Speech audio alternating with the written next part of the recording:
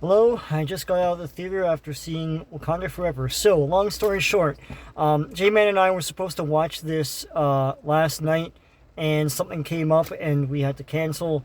Today I was like, let me see if there's. I still want to watch it in a theater. Like, I know I'm asking for punishment here, but, I want to see as many MCU movies in the theater as I can, right? But this might be the start of a long drought afterwards. I don't know what other decisions I'll make later on that will turn me off. But let me see if Scumtown Center or something like that has it playing, and they did at a fairly early time. So I bought a ticket, and it's not IMAX or anything. It was like AVX. Here in Canada, we have something called AVX. Which is like it's a theater. I don't know. I think it's like better sound or some bull crap or whatever. It wasn't exactly a packed house. It was, there's enough people in there, but there it wasn't a full house. I was able to easily get tickets. I got one ticket for me, so I went solo. I was rocked. I was twisted. I was even blown away. Only one person watching this will understand that reference, But yeah, I just felt like, listen, let me try to watch it in a theater, because if I try to watch like some sort of pirate copy or something, I'll never watch it. I'll never watch that on my phone or on my TV at home. Like, it's like almost 3 hours. It's like, let me be locked in a dark room and watch this thing on a big screen. And also, like, I do like bad movies. I hate Batman versus Superman, but I am fascinated by it, and I've seen it 10 times because I can't believe they made a movie like that. Like, Superman fries guys. He fries two people with his eye lasers. It's a movie for, like, families. I don't understand. It's awful. So I was like, you know what? I'm really curious about this film. I see people screaming about it on online, and I see people conflicted by it. It's like, my gosh, I want to see this. Now, another thing about me, I do spoil stuff. I spoil the hell out of things for myself, so that I know how mad to be. so I prepare myself so I'm not angry in the theater. So I did read everything. I knew everything that was going to happen in this movie. I knew the big surprise, like a cameo and all that stuff, and whatever. I knew that there's only one mid credit scene. I knew what it was, etc., etc. Off the top, before I get into spoilers, my review of this is right now using J-Man's space. It's about 2 out of 10. This is look. It's a well-made movie technically. In terms of like what you see on screen, but like story-wise, this is aimless, and the ending really everything falls apart at the end because they didn't really build up to anything, and there's a huge sort of shoulder shrugging so what at the end. It's like, well, that's how you resolve this? Like, then what were you all fighting over? I can't even remember anymore. Plot elements that drove the fighting in the first place are simply forgotten. And actors in the movie aren't up to the task of carrying this film. The only one that's really great is and everyone's saying this, but Angela Bassett as Queen Ramonda. But I'll get into how that's kind of a problem too. But overall, there's not a lot to recommend here. You'll watch it once and probably never watch it again. For comic book fans, there's really nothing here for you. Namor is fairly weak and not the character at all. Atuma's in it, and he's not even a villain. He's just a heavy. He's just Non from Superman 2. And I don't even remember how he got defeated. Like, I remember one line directed at, okay, now, we're gonna do it, and it's like, did he die? I can't even remember. I don't know. I was like, 2 minutes later, I was like, did that guy die? I don't even know what happened. Yeah, and just this movie really, I mean, I've always been, and everyone should be. I've always been like team recast T'Challa, and that's because I know how movies work, and I know I've seen these franchises come and go. We still talk about Christopher Reeve because other people have furthered his legacy by playing the character Superman. And if they said, you know what, we're gonna kill Superman, never tell any Superman stories again on screen, when Christopher Reeve died, the character would fade and die. That's how this works. It's like, we still talk about Sean Connery. His legacy is honored by every person that plays James Bond. If you don't tell James Bond stories, James Bond fades away, and the legacy of who played him and what they did and what they brought to the screen fades away too. So if you don't tell any more T'Challa stories, then the legacy of Chadwick Boseman fades away. I don't care how many, you're not going to do another tribute movie after this. I'm going to say this isn't quite a tribute movie to Chadwick Boseman. They do a bit of business in the beginning, and they do a bit of business at the end. But this isn't like completely a funeral dirge, but his absence is totally missing here. And the absence of his character. Not just Chadwick Boseman, but the absence of his character is totally missing here too. And I guess that's supposed to be the point, but it doesn't have to be. You can write whatever. You can have someone else come in. All this beeswax about, whoever would play him would be under a microscope. Yeah, for more examples, please see everything else. Like, go talk to George Lazenby about that. Yes, that's going to happen. That's not a complete barricade to actually doing it. You can still do it. Anyways, that's my non-spoiler review. This movie is a meandering mess of tit-for-tat BS. Plot elements are just forgotten partway through that drove the thing in the first place. And characters don't really... When they do learn something, it's very contrived, and doesn't really come naturally from the events and from the story.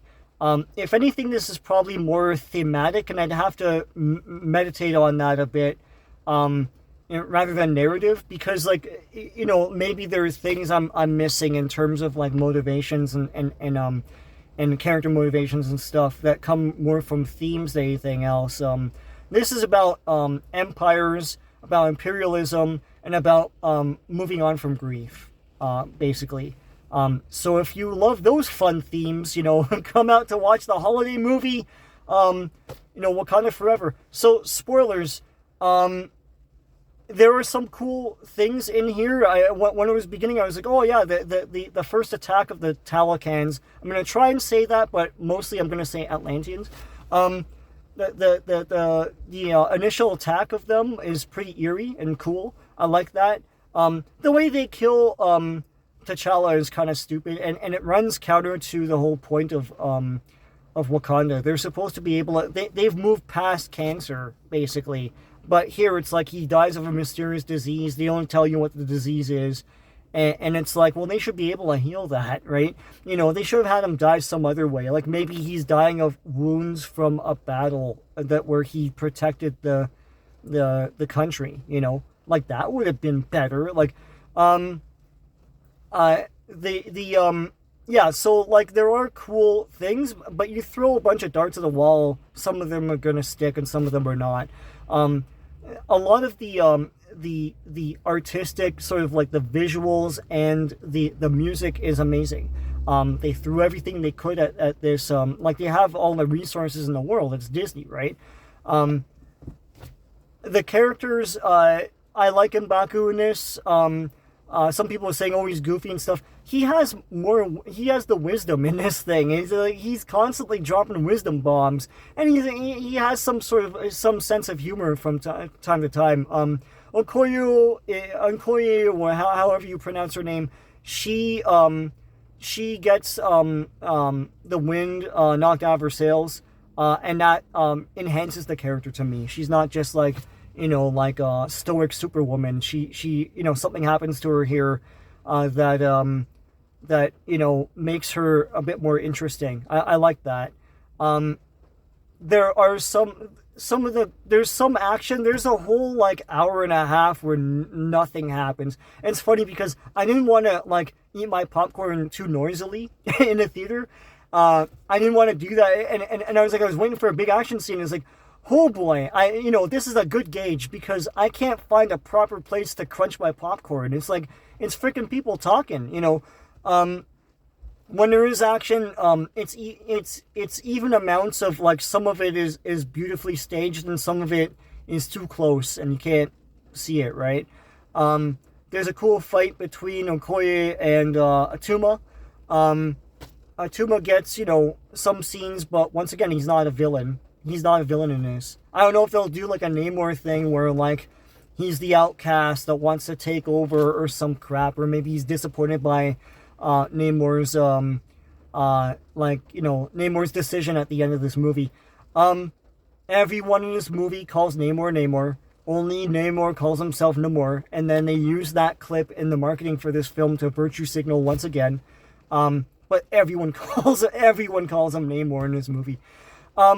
I don't like the actor who played Namor. He has no presence. He has no stature. Like he doesn't look like he commands a whole country. He looks like a kid and a twerp. Like he's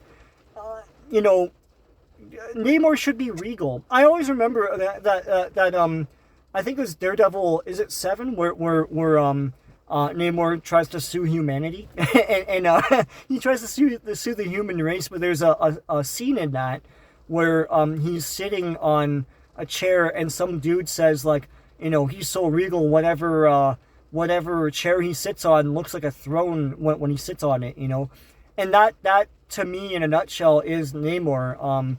He should always look like he has an air of regalness to him and look more like a man, This dude, I mean, he's serviceable for this movie, but this isn't Namor to me.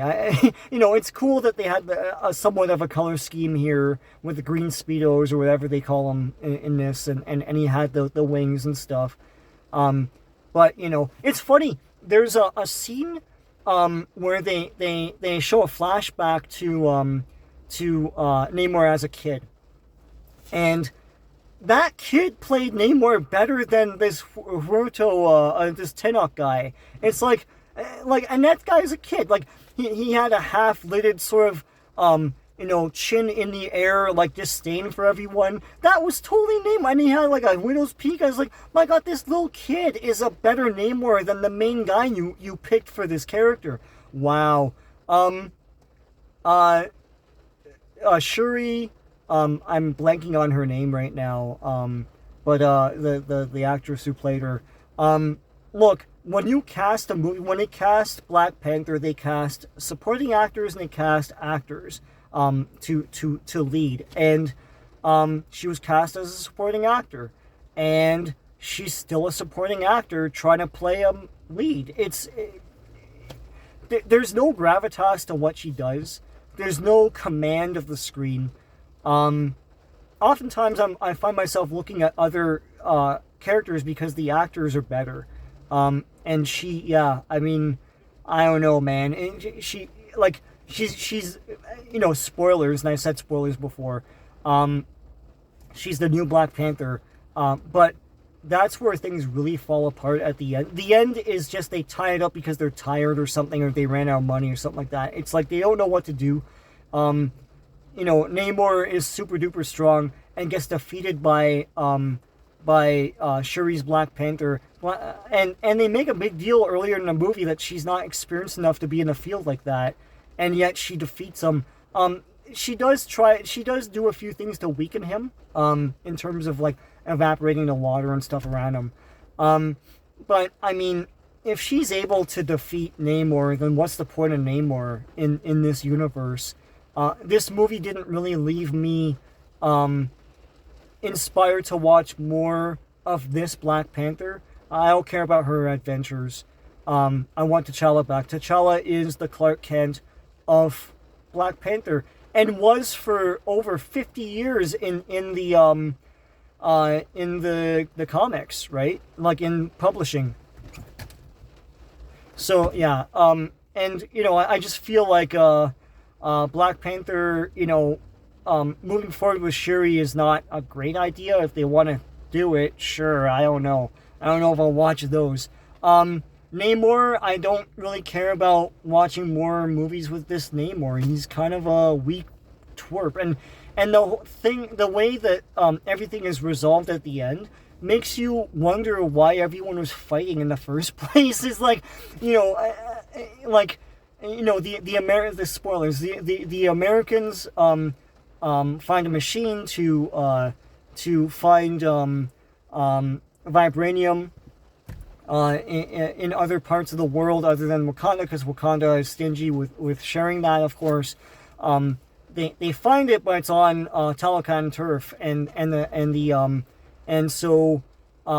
here's where things get kind of dodgy. That Namor then goes to Wakanda rather than opening up a dialogue with them properly. He just sneaks in.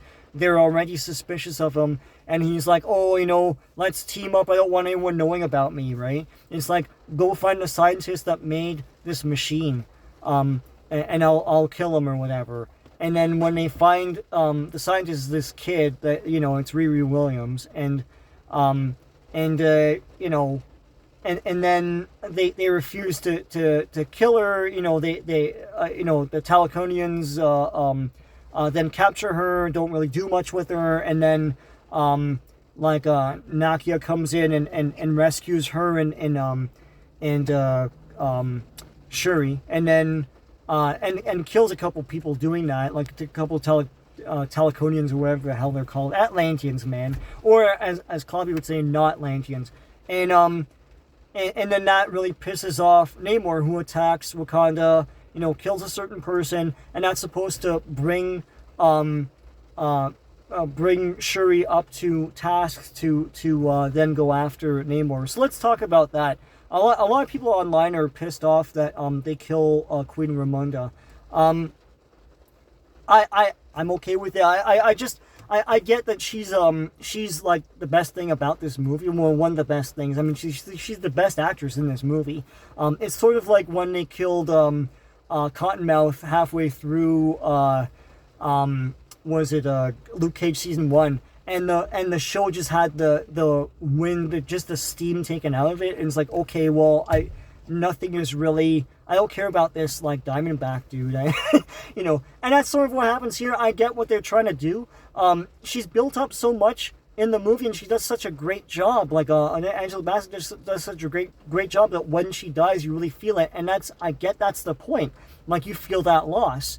But the problem is, what's supposed to happen is Shuri's supposed to pick up the slack as your new big hero of this movie and go after Namor for revenge.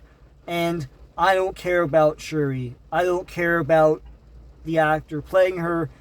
She's not making me care.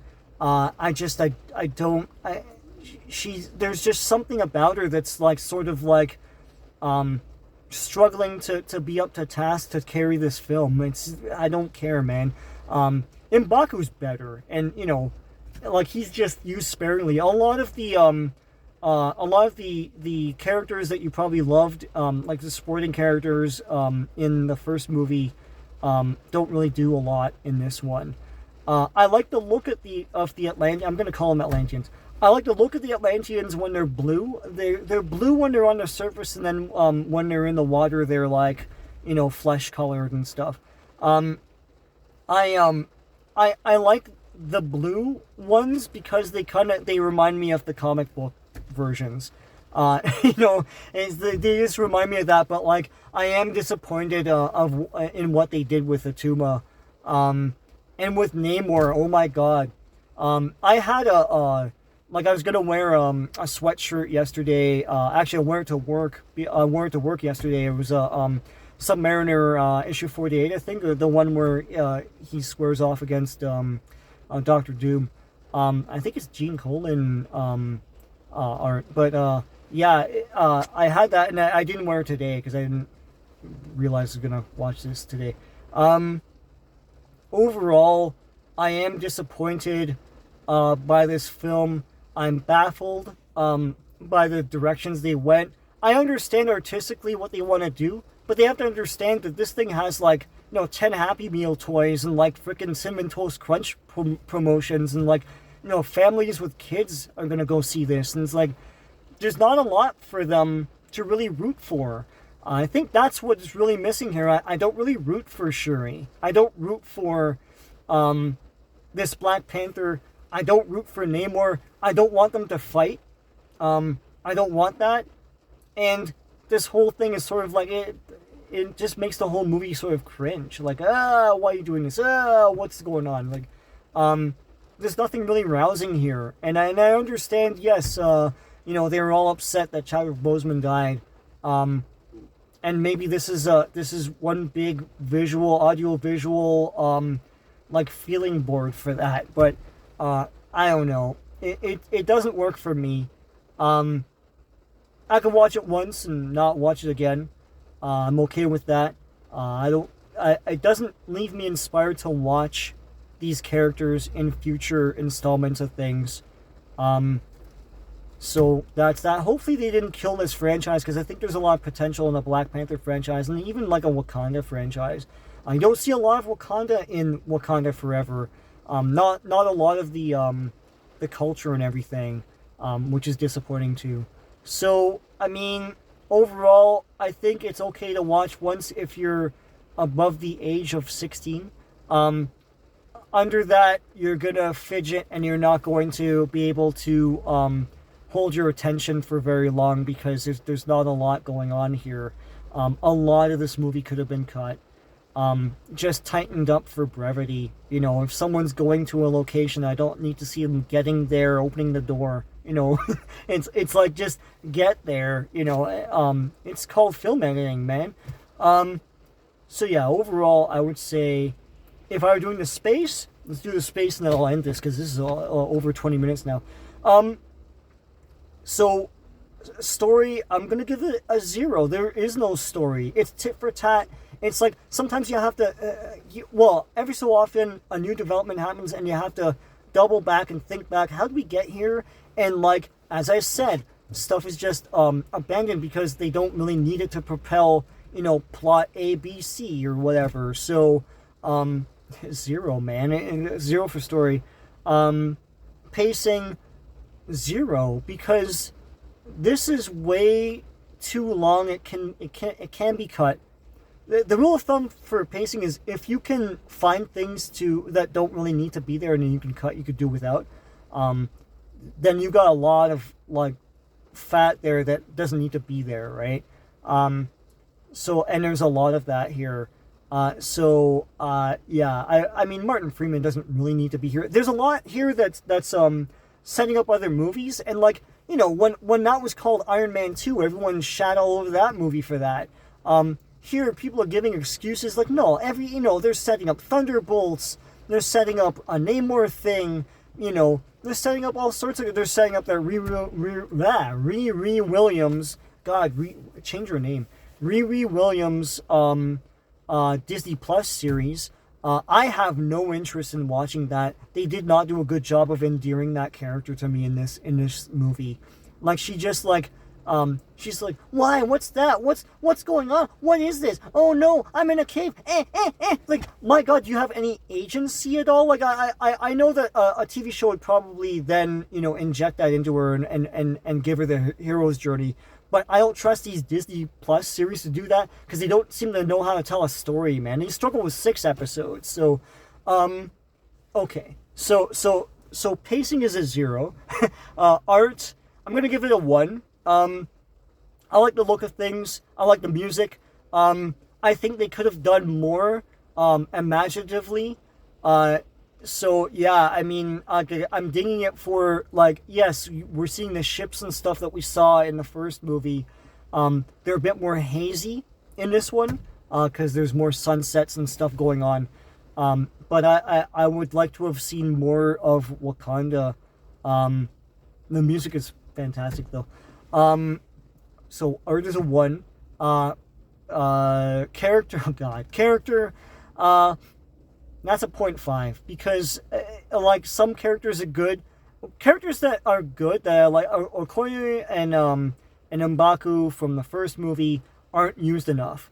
I forgot to say for art, they give Okoye like a like a suit that looks like Predator, but the thing is, it looks like she's wearing a plastic suit from like, Party City or something. So I don't know. So character is a point 0.5. I don't like Namor. I don't like Shuri. I like Queen Ramonda. I like M'Baku. I like Okoye. And enjoyment like point 0.5. Like it's like, I watched this to be dutiful, but if you're going, like, the audience I saw it with enjoyed it. I don't know if they'll watch it again. I don't know if they'll go out and buy the Submariner sweatshirt, but it's serviceable for people that want to see a movie and not necessarily a comic book movie or a Marvel movie or superhero movie. So yeah, it's point 0.5. So 2 out of 10, man. So that's that. I'm sure I have a lot more to say, but I can't think of it now. I mean, it's I don't know. It's there. Everyone decides not to fight anymore, and that's it. And it's like, well, why did I sit through 2 hours and 40 minutes? Like, that's your story? Like, what is this crap? Anyway, so that's Wakanda Forever.